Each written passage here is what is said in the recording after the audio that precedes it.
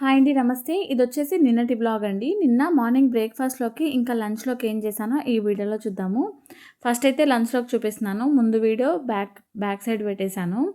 First అయితే ఒక చిన్న కప్పు శనగగింజల్ని లో ఫ్లేమ్‌లో పెట్టి ఆయిల్‌లో మంచిగా ఫ్రై చేసుకున్నాను గోంగూర పచ్చడి కోసము. లో ఫ్లేమ్‌లో పెట్టి శనగగింజలను వేపితే మంచిగా లోపల వరకు వేగుతుంది. ఆయిల్‌లో బాగా వేగిన తర్వాత ఒక ప్లేట్‌లోకి తీసి పక్కన పెట్టేశాను. ఇప్పుడు ఒక స్పూన్ ధనియాలు, ఒక స్పూన్ జీలకర్ర, కొద్దిగా మెంతులు, తర్వాత వచ్చేసి కారానికి సరిపడా ఎండుమిరపకాయలు కానీ, పచ్చిమిరపకాయలు కానీ వేసుకొని లో ఫ్లేమ్‌లో పెట్టి మంచి స్మెల్ వచ్చేంత వరకు దాన్ని కూడా బాగా ఫ్రై చేసుకోవాలి. ఇప్పుడే అందులోకి ఒక 4, 5 తెల్లగడ్డల్ని కూడా వేసుకోండి పొట్టు తీసేసి.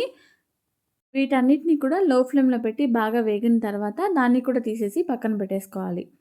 మొత్తం అన్నీ కూడా బాగా చల్లారిన తర్వాత మిక్సీ జార్‌లోకి వేసుకొని మిక్సీ పట్టేసుకోవాలి. ఇప్పుడైతే నేను పక్కన పెట్టేస్తున్నాను చల్లారేలోపు.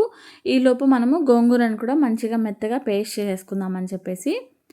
అదే ప్యాన్‌లోకి కొద్దిగా ఆయిల్ యాడ్ చేసుకొని గోంగూర ఒక కట్ట తీసుకున్నానండి పెద్ద సైజ్‌ది. ఎర్ర గోగాకైతే బావుంటుంది.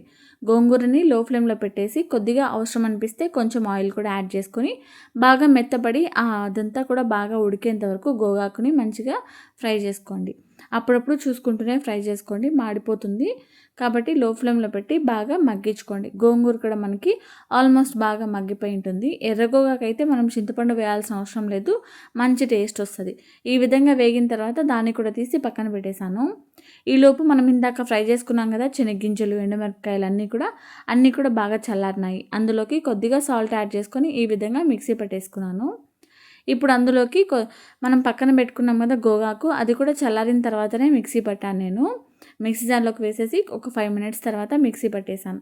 ఇప్పుడు దాంట్లోకి పచ్చి ఆనియన్స్ వేసేసుకొని మంచిగా రైస్‌లోకి అయితే చాలా బావుంటుంది. వేడి వేడి అన్నంలోకి గోంగూర పచ్చడి చాలా బావుంటుంది.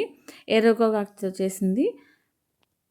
ఇప్పుడైతే గోంగూర పచ్చడి అయిపోయింది. ఇంక నేను మార్నింగ్ బ్రేక్‌ఫాస్ట్‌లోకి ఏం చేశానంటే మునగాకు కొంచెం ఉనింది. ఇంక మునగాకుతో జొన్న రొట్టెలైతే చేశానండి. ఇది వచ్చి జొన్న పిండి ఒక 1 కప్ వరకు తీసుకున్నాను. నేను ఇదే ప్రాసెస్‌లో రొట్టె రాగి పిండితో కూడా చేశాను. ఇప్పుడైతే జొన్న పిండి ఇంట్లో ఉన్నిందని చెప్పి జొన్న పిండితో చేస్తున్నాను. జొన్న పిండిలోకి ఒక కప్పు వరకు మునగాకు తీసుకున్నా. తర్వాత కొద్దిగా సాల్ట్, కారానికి సరిపడా పచ్చిమిరపకాయలు ఒక 3 పచ్చిమిరపకాయలు బాగా సన్నగా కట్ చేసుకొని ఆనియన్స్ వేసుకోవాలి. కొద్దిగా ఆయిల్ వేసుకున్నాను. తర్వాత కొంచెం సాల్ట్ కూడా వేసుకొని కొద్దిగా వాటర్ యాడ్ చేసుకొని బాగా పిండి ముద్దని మిక్స్ చేసుకోవాలి. ఆనియన్స్‌లో మనకి ఆల్మోస్ట్ వాటర్ ఉంటుంది కదా! కాబట్టి చూసుకొని కొద్దిగా వాటర్‌ని వేసుకుంటూ బాగా మిక్స్ చేసుకోవాలి. కొంచెం చపాతీ పిండి కంటే కూడా బాగా సాఫ్ట్‌గానే రావాలి. ఇది రోటీ మనము క్లాత్ పైన చేస్తాము. అంటే తడి క్లాత్ ఉంటది. క్లాత్‌ని బాగా తడిపేసుకొని దాని మీద ప్రెస్ చేసుకోవచ్చు.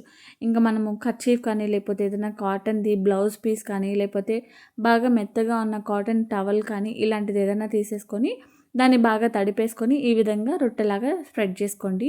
మన ఫింగర్స్ ప్రింట్స్ పడకుండా లాస్ట్‌లో ఫైనల్‌గా ఒకసారి స్మూత్‌గా స్ప్రెడ్ చేసేసుకొని ఇప్పుడు పాన్ పైన ఆయిల్ బాగా స్ప్రెడ్ చేసేసుకోవాలి. ఫస్ట్ రొట్టె కదా! కాబట్టి కొద్దిగా ఆయిల్ ఎక్కువగానే పట్టింది.